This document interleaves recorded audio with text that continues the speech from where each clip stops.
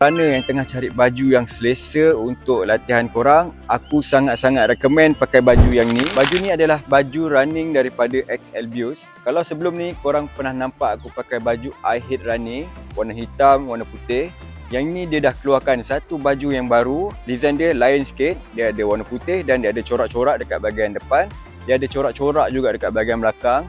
Kalau korang runner yang tengah cari baju yang selesa untuk latihan korang, aku sangat-sangat recommend pakai baju yang ni. Sebab apa? Material dia sangat-sangat sejuk. Bila berpeluh, cepat gila kering. Kalau korang zoom dekat-dekat, korang ada nampak material dia petak-petak macam ni. Material yang macam ni, aku sangat-sangat recommend kalau korang nak pakai untuk korang punya latihan.